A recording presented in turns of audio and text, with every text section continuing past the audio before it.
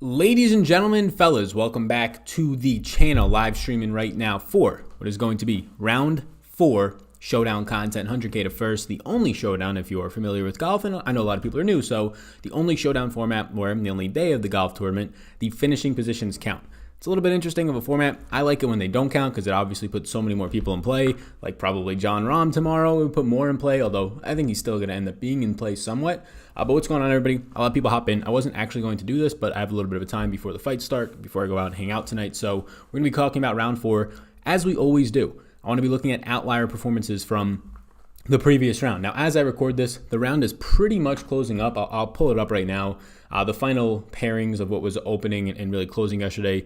JT today, he's on hole 15. I believe everybody is pretty much done, or there's some guys on 15, 16, 17. So by the time that this is done, wow, and JT just got another birdie. The guy's just going absolutely berserk right now. Did he just chip in? Did he just chip in from 15 yards out?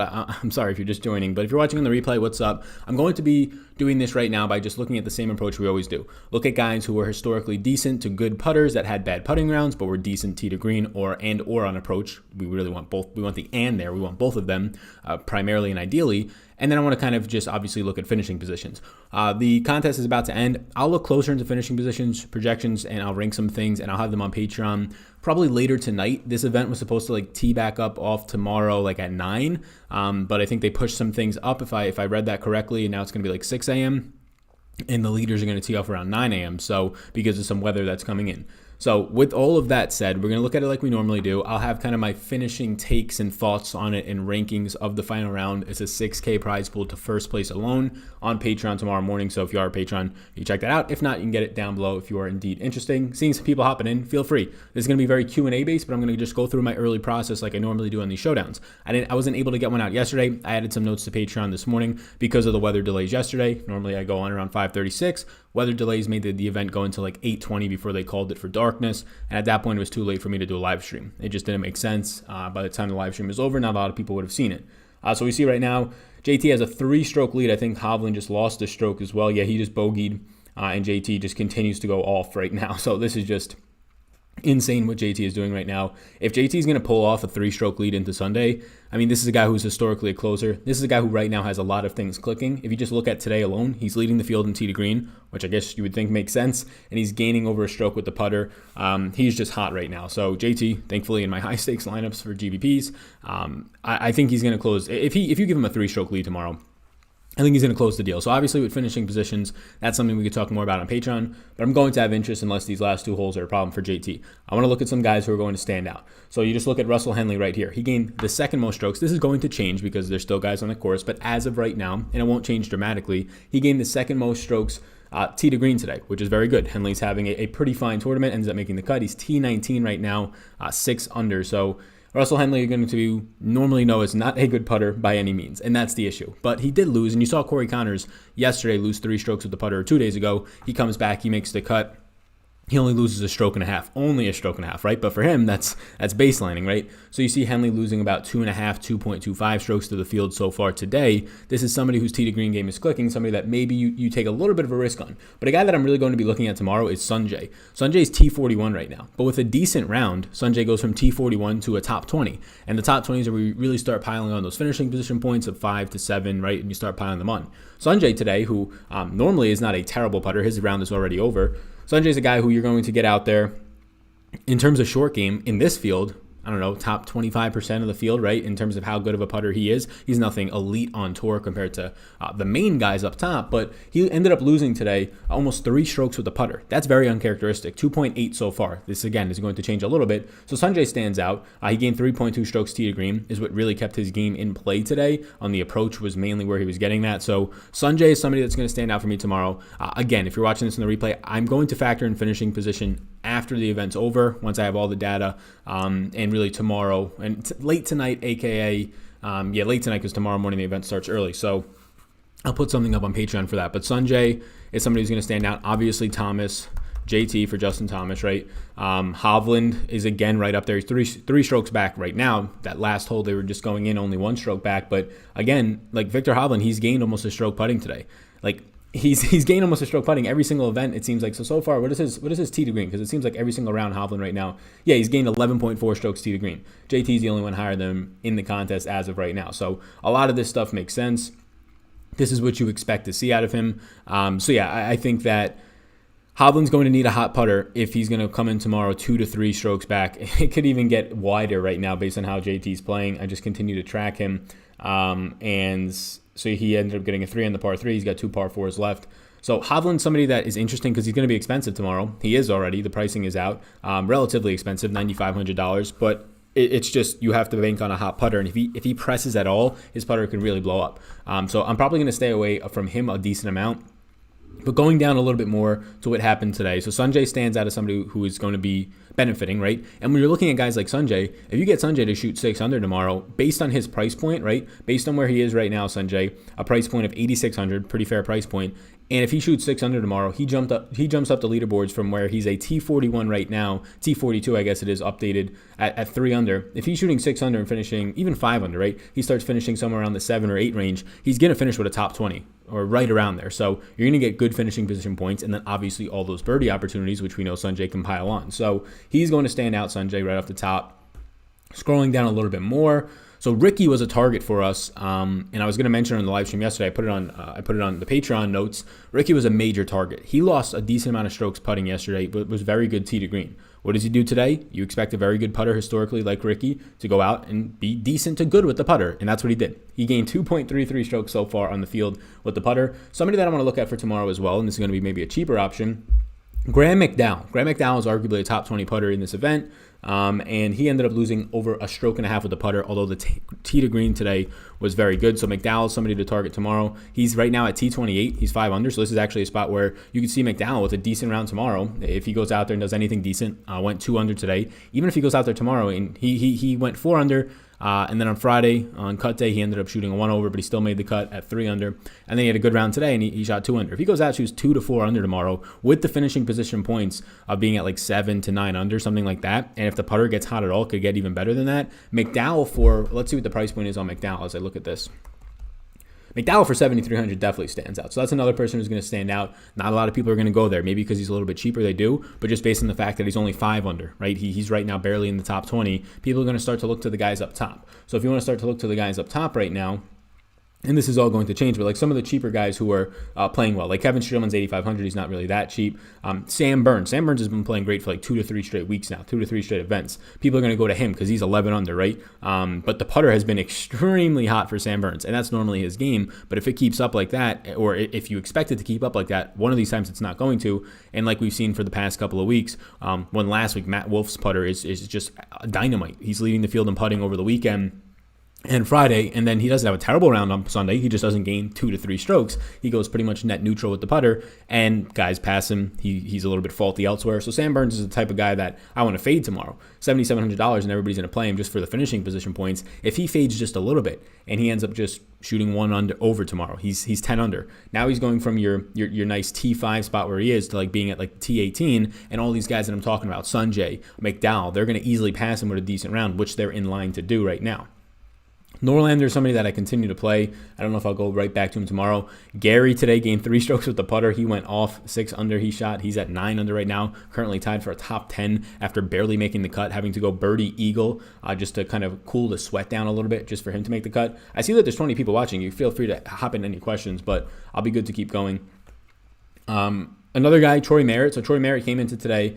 He ended up shooting 5 under, but he did it all on approach. He gained over 3 strokes on approach, and his putter came back today. That's another guy that I put in the notes. He ended up shooting 5 under. Fantastic round. He was a guy who lost strokes putting heading into today, but was good tee to green. What do you know? The putter bounces back for historically a pretty good putter, and there you go. Xander gained over 2 strokes with the putter. I'm not really going to be too interested in him. Let's look at Taylor Gooch. Gooch, I think baseline is not a terrible putter. Yeah, so Gooch is another one who's going to stand out here. Today, Taylor Gooch lost almost 2 strokes with the putter, but he gained on tee to green. He's currently tied for 19, so another guy that I like in terms of he can pile up a decent amount of finishing points, and he's in line for it, which should be a decent round. Brendan Steele is a guy who I played today. He had like one. I think he doubled on one of the holes. He might still be out there. Steele, let's see. So Steele finished 1 under today, but man, he had, I think, a double that really ruined him. He would have had a totally different round. Yeah, so he had a double. He started off his back 9 with a birdie, but then a double, and then a bogey after that. So the double really hurt him.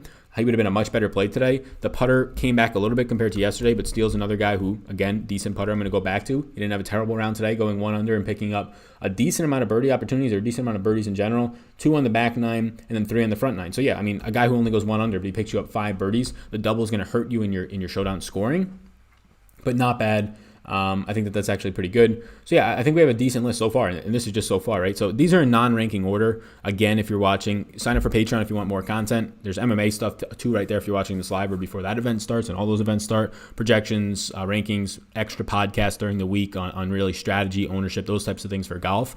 And then I have like esports and other things, NBA when that returns on a daily basis, obviously NFL. But I'll have a podcast out later today to kind of really clean up my thoughts. This is like the process show, right, on here for YouTube. It's just a process show. I kind of start off the guys that I want to get to, and then I'll kind of rank them out on Patreon a little bit more. Maybe I'll do another podcast over there later tonight while I'm watching some of the fights, just to kind of share out my thoughts and include in those finishing position points that I think a lot of people, you have to be aware of them, but I think a lot of people overweight them. People are just taking the Sam Burns at the top, thinking that he's going to go out there once again and finish in the top 5 and get you your extra 7 points. Those 7 points don't matter as much, honestly, compared to guys who are picking up 6-7 birdies on the day, right? I was high on Hadwin coming into this weekend. Where is he losing the strokes the past couple of rounds? Your thoughts about playing him tomorrow?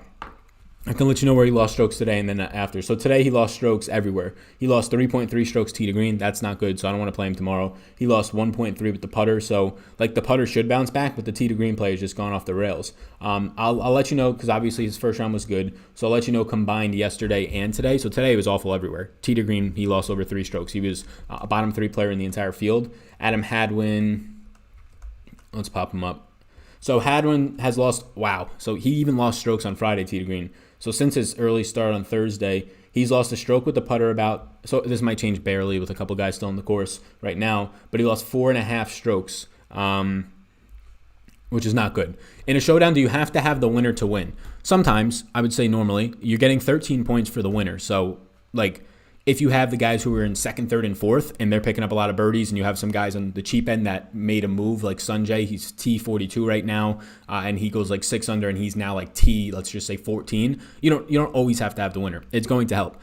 If the winner is a cheap player, you're probably going to have them. But JT is 10,800. If he goes out there and wins, he's probably shooting like a 5 under, so maybe like a 3 under, depending on how big his lead is.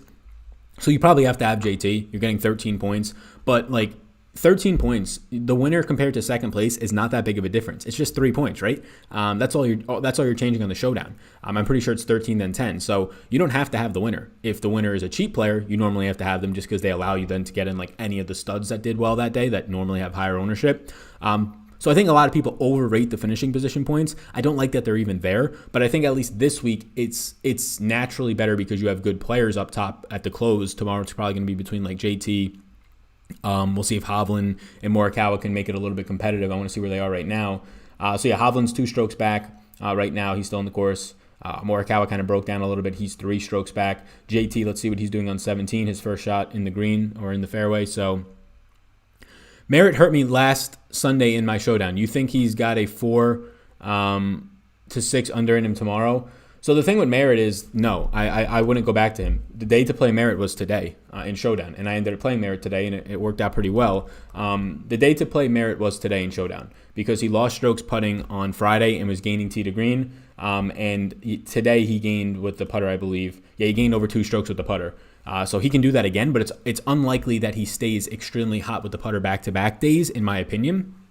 Then if he had a bad round, and then you don't have to get hot with the putter, you just rebound, right? You have a bad round, you lose 2 strokes putting Thursday into Friday, or Friday into Saturday, and then today he kind of cleaned it up. Now Saturday into Sunday, I wouldn't be going to Merritt. 10-4, you bet it. Yeah, no problem. So thanks for the questions. Continue to ask them. We got a couple names down. Let's keep looking at some. Patrick Cantlie is a guy who today gained on tee to green finally after not gaining on tee to green yesterday, and he lost a half a stroke with the putter. So Cantley's another guy on here who he's just been playing barely, right? He barely makes the cut. He always felt safe to make the cut, right? 2 under, the cut was never going to get below that. But Cantley's a guy who it seems like he's just playing. He's like right there, right? He's on the greens and he's just not knocking down like 13 footers right now. So if that clicks for him, Ian Poulter's playing okay, but I don't think I'm going to go right there. Tim Wilkinson, I don't think this is a guy we're really trying to play tomorrow. Terrible putter. Not really the type of guy that you think is going to move all that much. Kevin Streelman, wow. Streelman he ended up gaining a ton. I think he gained like over 3 strokes with the putter on Friday, and now Streelman lost today with the putter. So if you're just trying to think about playing a guy tomorrow, and I think Streelman's still on the course, but he's a pretty average putter and short game player. So is Streelman still on the course? Let me see. He is. He's on 16 right now. So Streelman right now is an interesting option for tomorrow. I just think he might be a little bit popular. But Streelman I'll put on this list. Hideki, as always, Hideki loses over 2 strokes with the putter today. As always, meaning just a bad putter, not always losing 2 strokes. He gained over a stroke tee to green. Hideki's expensive. I can't go to Hideki. He's T7 right now. And he shouldn't lose another 2 strokes. Like he might lose a half a stroke, which should be naturally better. But it's really difficult for me to say go to Hideki over JT. If JT is going to walk into tomorrow with a 2-stroke lead, and even if he finishes second and just puts up a decent round of like a 2 to 4 under, he's going to outduel Hideki. And Hideki at the second most expensive price point tomorrow of what right now looks like $10,500. I'm not too sure I actually want to get there all that much. Pat Perez is another guy who lost strokes today putting. He lost strokes yesterday putting too. So Pat Perez ends up shooting. I think he shot even the past 2 days. Is he still on the course? No, he's done. So Perez will be another guy because I went to Perez today a little bit because he lost strokes with the putter. He's normally a decent putter. He lost strokes again today with the putter. Didn't gain fantastic, anything crazy tee to green. But Perez is another guy who should be on the cheap end, I would imagine, tomorrow. I wouldn't expect anything major out of him, but he's $7,400. I would prefer guys like probably Taylor Gooch and definitely Mcdowell based on what we saw today. So I think this is a pretty decent list so far. This is not all the players I'm going to be using, right? So this is just an early list. So like this is just 7 names. I wouldn't just have 7 guys. Obviously, you have to play 6. So I wouldn't just take your 6 from this. Ricky's playing very well. It's good to see that a lot of things are clicking tee to green for him.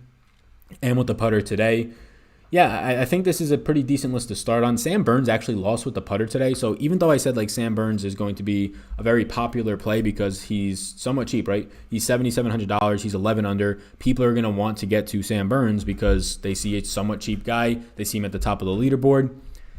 He lost strokes with the putter, and he's normally a good putter. So it's hard to want to get away from him, to be completely honest with you. He's been playing extremely well. So I'm going to put Burns on here, but I'll say caution because... I'll just say caution because he did lose strokes with the putter, but nothing crazy today. He's been extremely hot with that putter. One of these days, he's going to have like a 1.5 strokes loss with it, or something else isn't going to click. And also caution because I think he's going to be popular. Normally, these guys who are in the double digits, 11, 12, 10 under, and they're like below $8,000, always pick up ownership. So like pivoting off of a Sam Burns to a Steele, a Gooch, a Mcdowell will probably be like the best guy. A Sanjay, who's more expensive, but still a nice pivot option. Do you like Kuchar for round 4 showdown? Yeah, so Kuchar ended up losing 2.5 strokes tee to green today, and he gained about 0.6 strokes with the putter. He was losing on approach, so I don't really like that. Tee to green will be the one that sticks a little bit more.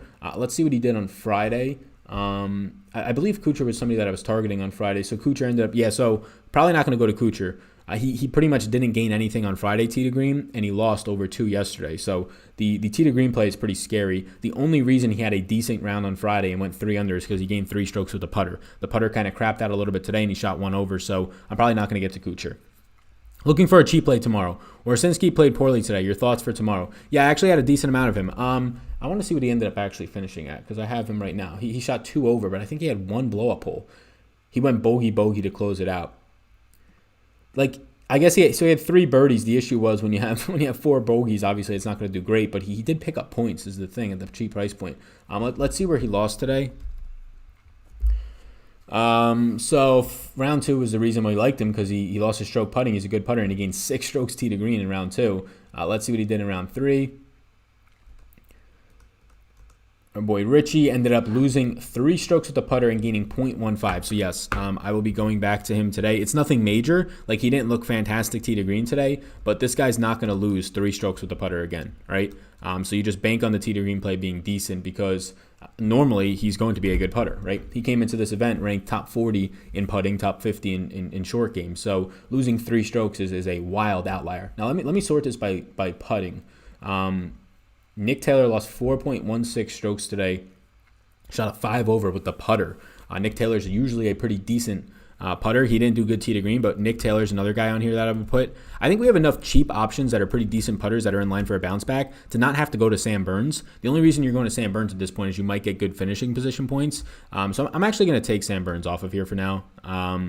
If you want to go to him, you can. I just think he's going to be highly owned. And at that point, I think you have a ton of other options. So Nick Taylor is leading the field right now in strokes gained putting for today. Nick Taylor is not a bad putter. So he's somebody that I'm okay to go back to, even if the tee to green game doesn't click all that much. So yeah, if you're still watching, hit the like and subscribe button or in the replay. I know this might not get even though it's 100K to first, might not get a ton of viewership just because of the MMA stuff. I still think it'll do decent. So we'll finish this up a little bit. We'll look at the guys who stunk with the putter today. Sanjay was another one. That's why I have him up here as a guy that I really would like to look at. His game overall, though, has been a little bit shaky. Wow. Peter Malnati lost 9.63 strokes tee to green today. Holy cow. That is bad. Good job on yesterday's showdown. Yeah, man, the last 3 weeks have been really good with the showdown stuff. It's been a lot of fun, too. Appreciate that. But yeah, the showdown stuff has been crazy. It's been fun.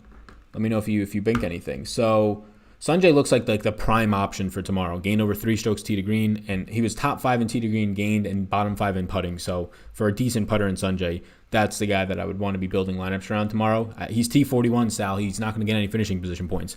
If he shoots a 5 under tomorrow, like a lot of guys did today who were in similar situations the past 2 weeks that we've been doing this, 3 weeks really for the showdown analysis, he's going to move up to a top 20 performance, and he's obviously picking up all those birdie points. So he's going to probably be in a winning lineup at that price. Other guys that are in here, like Hideki, you can take chances on Hideki. I just don't want to at the price point. CT Pan, let's see what CT Pan. Probably not somebody I want to bank on in terms of how bad of a putter he is. Streelman is okay to play tomorrow. So like if you wanted to go to Streelman, I don't love it, but you get a player who's in line for putting regression in a positive way, and obviously the finishing position points are in a pretty good spot. Hadwin is another guy who let me look at Hadwin from just today alone. I think we said that he wasn't. All right, where is he? Yeah, so Hadwin lost tee to green. I don't really want to touch that. John Rahm lost tee to green. I don't know how often we see that happen again, but he's just playing so bad right now. I think I'll just continue to avoid it. I played him today, so maybe I'm a little bit burnt. But yeah, I think this is. I think I feel pretty good about these names on here. We have enough on here. I don't even know how to pronounce his name. One of the guys who got in last, right? Defu or whatever. Is he in this field still? I think. Am I spelling it wrong? Or are you spelling it wrong would be the question. Defu. Okay, here we go. Yeah, he played well today, but he eagled the par 5, right? Like literally a hole to go. I like you, Sal. People focus way too much on finishing points. They're scared to go lower and grab value. Yeah, you can't focus on just finishing points. You obviously want to nail the winner. And I mean, right now, if like last week, you had the last 2 weeks, the leader in Matthew Wolff and Brendan Todd going into the event. I full faded them on Sunday because 1, they're expensive. 2, everybody's going to want to own them. Other reasons were like they had actual really good golfers chasing them down in Dustin Johnson and Bryson, hearing footsteps. And they were also doing things in an unsustainable way. Matt Wolff and Brendan Todd were both electrically hot with the putter. That can continue. Like, you can do it for one more round and win the tournament, but more times than not, I'm just going to say that it probably doesn't. But the way JT is doing it this week is sustainable. So if JT goes in there with the lead tomorrow, I'm okay getting to him with a 2-stroke lead, the best player in the world, the favorite for this event. Well, best player in this event, not the world. In my opinion, he's top 5 though. But what he's doing is very sustainable. This is what JT's doing. He's leading the field in strokes gained tee to green. That's sustainable, but he's not going berserk with the putter. He's gaining 2.5 strokes with the putter. That, like, normally guys who win contests, like Bryson last week, led the field. Like Poulter this week is leading the field with 7.5 strokes. So he's just playing to his strengths. He's like a very meh putter, and that's what he's doing in this event. And he's just going off tee to green and on approach, and that's exactly what this guy does. So JT is playing very consistently. There's nothing that tells me regression in this tournament. JT looks good. The guys the last 2 weeks didn't look good. So their finishing position points, I didn't even chase their finishing position points because I thought that they were not good plays at their ownership. Morikawa bounced back on Sunday. Your thoughts? Yeah, so the issue with Morikawa is outside of him, like, he just can't putt, right? The guy can't putt. Like, at least JT's a half decent putter. And it was interesting today, like trying to see when one of these guys with Morikawa, Hovland, they were like on like hole 8 or 9, which one of them was going to go bogey first. And it obviously ended up being Morikawa. He finished 9 off with a bogey. He went back-to-back bogeys. He went 3 out of 4 bogeys. He just bogeyed 17, so he dropped another stroke.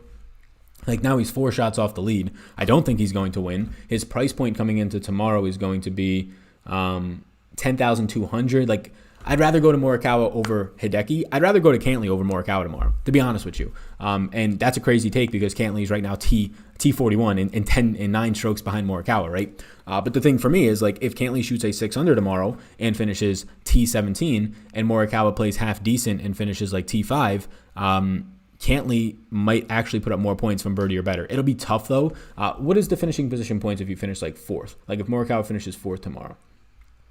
If he finishes 4th, he gets 8.5 points. If Cantlie finishes, let's say, 16th to 20th is 4. So that's the difference, right? Like, there's literally a 4-point difference between if Cantlie has a good round tomorrow and Morikawa just plays decent tomorrow. There's a 4-point finishing position difference. But if Cantley's picking up 6 birdies and Morikawa's only picking up 4, well, there you go, right? So I actually think I would rather play Cantlie. Cantley's expensive, though. Like, that's the only issue. But Morikawa's like, okay. Going down, like, Hovland at 95 is obviously fine. People are going to own Hovland. He's going to be chalky. I'd rather play JT, the obvious favorite, over him, but that's fine. Patrick Reed today, I want to see what he was doing because he was struggling with the putter the last couple of rounds. He finally gains with the putter. Or no, did he lose again with the putter? Oh, no, this is the entire event. Let me just see today. So Patrick Reed lost with the putter again and lost tee to green. He's just all over the place. So Reed's like another guy to potentially bounce back. But the guys that I'm looking at right now that I actually like for tomorrow, Justin Thomas, Cantlie stand out the most to me. Xander's just kind of like in that iffy range. Hovland's a decent play. I don't really have a strong stance on him based on where he is right now. But then it's a lot of cheap guys. I would say that Sungjae and Justin Thomas are the guys that right now, early on, I obviously want to rank some stuff out and do a little bit more analysis into it, more database stuff. But Sungjae and Justin Thomas are guys that stand out. And then obviously these guys on this list, some of the cheaper ones, they stand out as well. I wouldn't just take these names and only play these guys.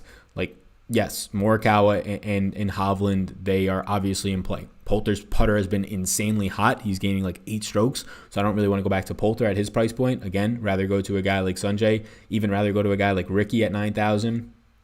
Patrick Reed at 9,300 is interesting. So yeah, I mean, there's easy ways to get different tomorrow. You go JT, you go Sungjae, and like you just go JT and then you go to cheap guys.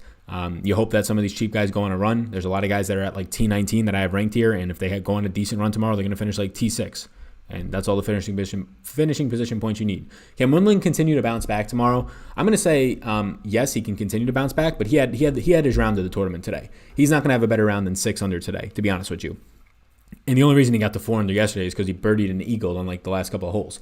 But Woodland today was very good tee to green. He just gained 3 strokes with the putter.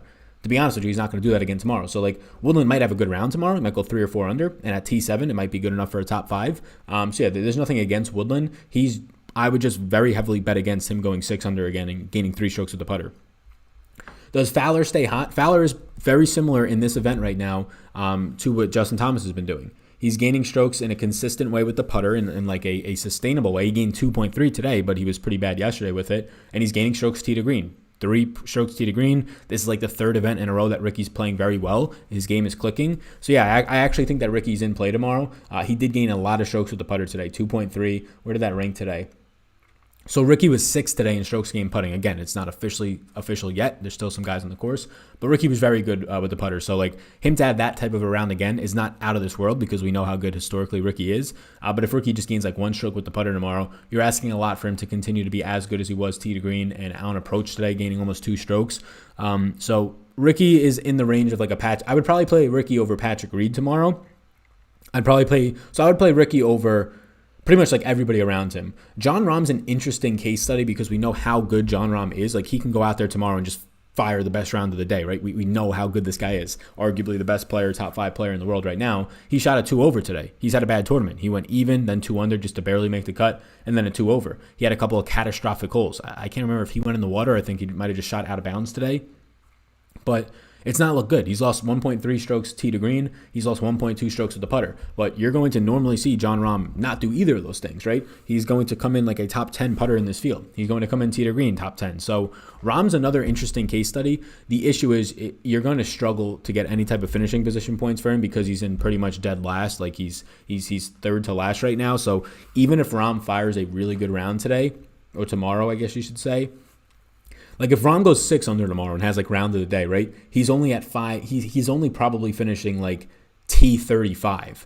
And like there is a point where, although finishing position points are overrated, there is a point where it matters because he's expensive. So if he's finishing like T35 tomorrow, he's literally getting you 2 points finishing position wise. So there's so many other guys that are in that like T20 to T30 range that if they have a slightly worse round, they go only 2 or 3 under instead of 6 under like Rahm, they're finishing though like top 10 and they're gaining like 6 points. And it's kind of canceling it out. And especially when Rahm is still $9,000. So Rahm is like the one player in this field that I look at and I go, I actually like the price point on the guy because he can go low.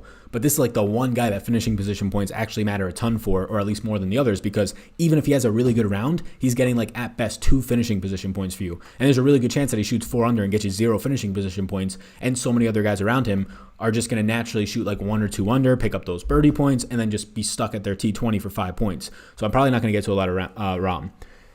You're the best, Sal. Appreciate it, man. Yeah. If you guys are still watching, I'm gonna bounce now. These are a couple of names. On Patreon, I was just going to do something like this. So the showdown analysis isn't included in Patreon, but I usually like to do just a bonus podcast on Patreon when I have time on the weekends. The event's starting really early tomorrow, so I'll try and get one out later tonight as the fights are sort of ending. But I'll probably just rank some golfers and refer to this video because I think I know where I want to go. But I'll just, if there's anything major, I'll update it in sort of like an article. But if you want to support me over on Patreon, if you appreciate my work, obviously you're not just donating over there, you're going to get a lot more work of mine, exclusive content. You can check it out. It's linked down below. And also check out Monkey Knife Fight. If you use the promo code SALNFL over there, you get $10. They'll give you a free ticket and my Supreme Draft Guide, my NFL Draft Guide. So if you play fantasy football, you'll get that for free. And then you'll also get like an extra ticket to play on Monkey Knife Fight, including the obvious $10 that you put in. It's promo code SALNFL if you're watching live or on the replay. That also helps me out. You get a lot of stuff, my draft guide and the ticket, and then it also helps me because they see me getting a depositing user, and they like that. Gay for a cheap play. Let's see. Let's take a look again, then I'll get out of here.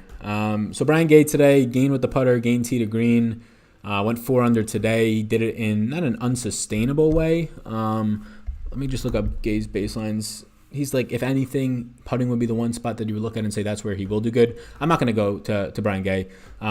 He had the round of his tournament. Very similar to what Gary Woodland did today, just Woodland did it a lot better because Woodland's a lot better of a golfer. It's maybe that simple. Brian Gay had the best round of his tournament today. So like he went 4 under, he gained a stroke and a half with the putter and somehow gained strokes tee to green, which he normally doesn't do. Probably not going to go back there tomorrow. That's just kind of looking at what he did today and thinking it's going to happen tomorrow when the actual reasoning to that is he had a very good round today. He popped off in both categories that he normally doesn't pop off in. I'm not going to bank on that happening 2 days in a row. Good stuff as usual. Thanks, man. Yes, hit the like and subscribe button before you go. You can follow me on Twitter at SalvageDFS. I'm sure a lot of people already watching this follow me, and that's probably how you found this because everybody's locked into their seats right now for the fights, as they should be. So not a lot of people, I would assume, are going to watch this. So somebody asked me about DeFu. I think that's how you pronounce it. I think he's a decent option. Eagles have helped him. You can go to DeFu if you want. I'm probably just not going to get there tomorrow. I won't say that he's terrible. He's the min price, right? He's $6,000. So I think DeFu might actually be like almost not a free square, but he's like what right now? He's 9 under. I think his round was still going on last time I looked. So he's 9 under right now with 1 hole to play. So like DeFu is going to be a name that I'm going to put on here just because of how cheap he is. So he's another guy, the opposite of Jon Rahm. He's the flat min, $6,000 tomorrow. Like if he comes out and even has a bad round and he's finishing like 7 under, 6 under, losing 2 or 3 strokes tomorrow, finishes 2 or 3 over, he's still just naturally going to pick up a ton more points for the price point. So DeFu's going to be popular, or maybe he's not going to be. Maybe people don't go down that far. But anytime somebody sees a low score right here, like the 9 under for DeFu, and he's as cheap as he is, he's going to be popular. JT will be popular. Hovland will be popular. You'll probably see none of these guys will be popular, I would assume. Maybe Cantlie, but I doubt it where he's scoring. Sanjay definitely won't be, but he looks like a really nice option. So yeah, for the person who asked about DeFu earlier, and like much earlier, not just the person who just asked, I would say I didn't know he was 6,000. I thought he was going to come in at like 7,200, but he's the minimum price. Yeah, it's hard not to like that, right? It's like if you're playing Justin Thomas and DeFu, and if I'm pronouncing that wrong, I'm sorry. if it's Defu or Defi, I don't know. But if you're playing those two guys, they're going to be popular, but you can easily get different. Like you can play Sanjay after that and then like mix in some random guys here and whatever other guys you want and just leave $2,000 on the table and you're fine. Like in my last two showdowns, I was leaving $1,500, $2,000 often and still coming out min cashing some, doing a little bit better in others, but still coming out positive on a lot of those lineups. You don't have to spend the money at all in showdowns. Finishing position makes it a little bit more important, or maybe it emphasizes it a little bit more, but I still don't think you do. All right, so that's where I'm at. We did a nice half hour here. So peace out, everybody. Enjoy the fights tonight. Enjoy the final round tomorrow. It starts really early, 7 a.m. tee off, 9 a.m. for the leaders. So go JT. Win me my lineups tomorrow. On DraftKings, higher stakes in there. Get the W, and we'll pile on some moolah. So peace out, gang. Hit the subscribe, like, support me on Patreon if you'd like. See ya.